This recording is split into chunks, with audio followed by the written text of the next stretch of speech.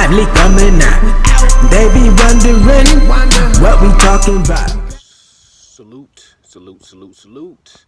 What it is, man, it's Nocturnal Thoughts. Real quick video before I get out y'all way. Um, I've done this video twice. Edited myself a little bit trying to see if I said everything I wanted to say. And basically it keep coming down to the same thing, man. It keep coming down to the same situation. No matter how I think about it, no matter how I put it, at the end of the day, Gervonta Tank Davis, in my mind, if he wants to be a huge pay-per-view star or a huge boxing star, then he's going to need to fight tougher competition.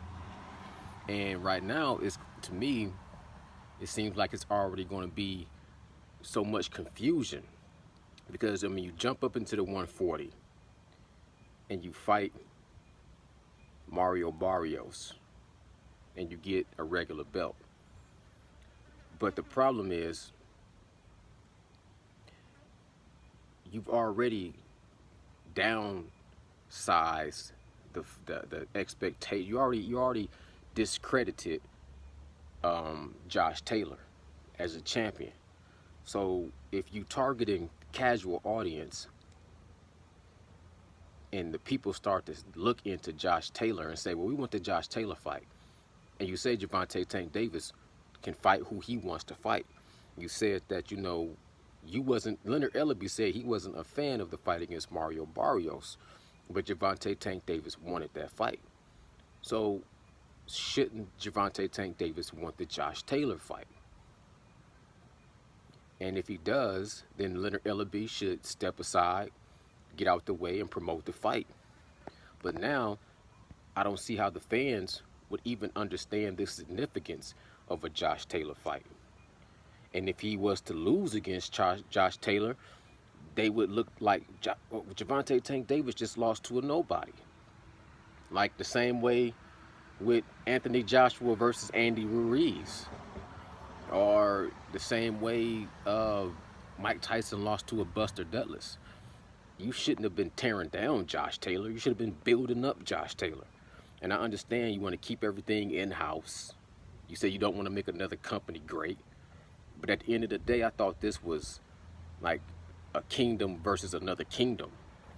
Like, I thought this was, you know, Mayweather trying to go over there and destroy Bob Arum's situation by my champion beating your champion. Now I understand. Hold on. I understand keeping everything in-house and trying to rake in as much money bags as possible.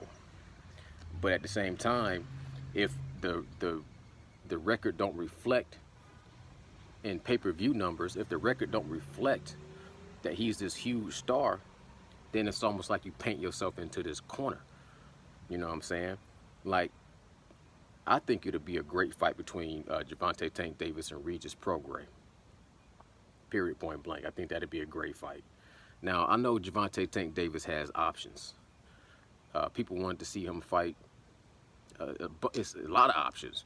Gary Russell Jr., he's too small.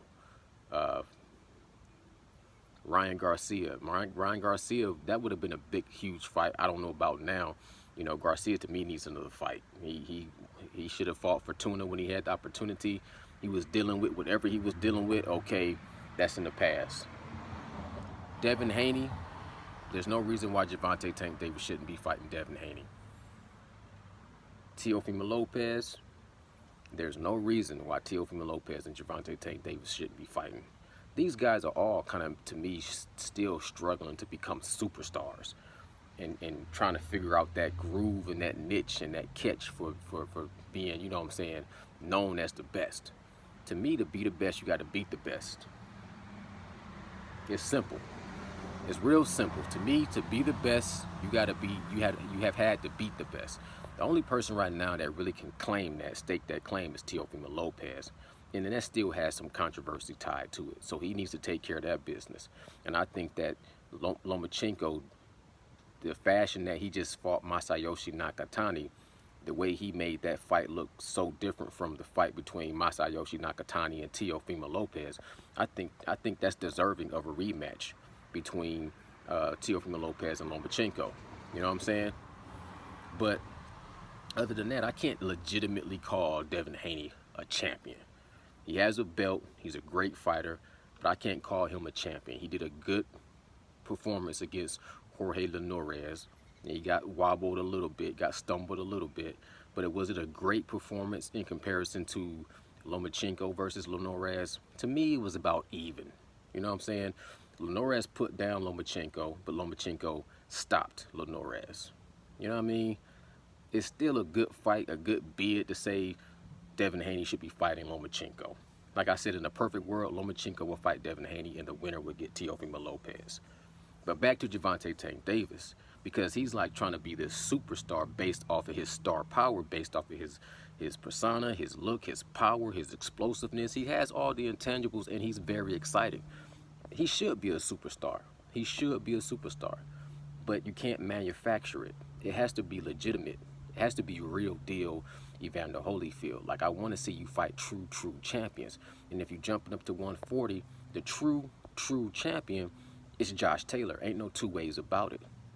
So, you know, work your way up to Josh Taylor, fight Regis fight Jose Ramirez, and see how that go.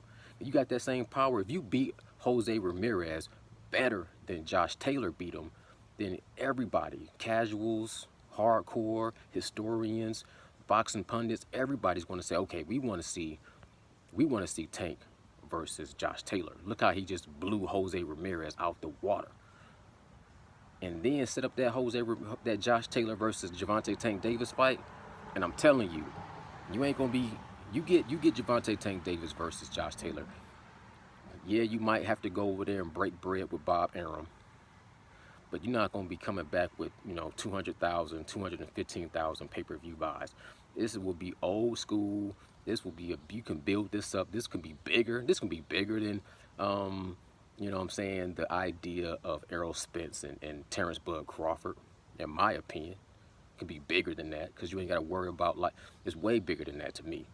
It could be up there with the heavyweights. It could be up there with, it can't be up there with Tyson Fury versus Anthony Joshua or Deontay Wilder versus Anthony Joshua, but it can be just as big as Deontay Wilder versus Tyson Fury trilogy.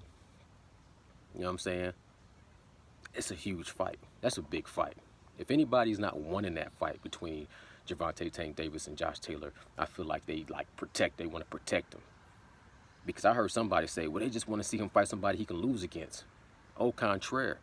I don't want to see Gervonta Tank Davis lose unless he's in a fight that he's destined to lose. And even then, I don't see how, even Gervonta Tank Davis, to me, if he's a superstar, he should be able to be a superstar even if a loss. If he loses against if Gervonta Tank Davis loses against Josh Taylor, but puts on a great fight, to me, he should still be able to be a superstar. Win, lose, or draw. Y'all say y'all don't want to have it to where a fighter can't lose his O and then lose, you know what I'm saying, his stock goes down if he loses his O, but then y'all want to protect the fighter and not have him fight somebody that is an honest threat to taking his O. It's like, how many losses can a champion take before the fans write him off? I'm going to ask the wise old owl, how many licks do it take? Nocturnal Thoughts, signing out. Note 1, 2, 3, 3. If there's anything I can't stand, it's a smart owl.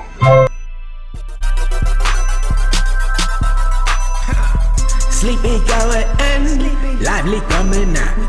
They be wondering what we talking about.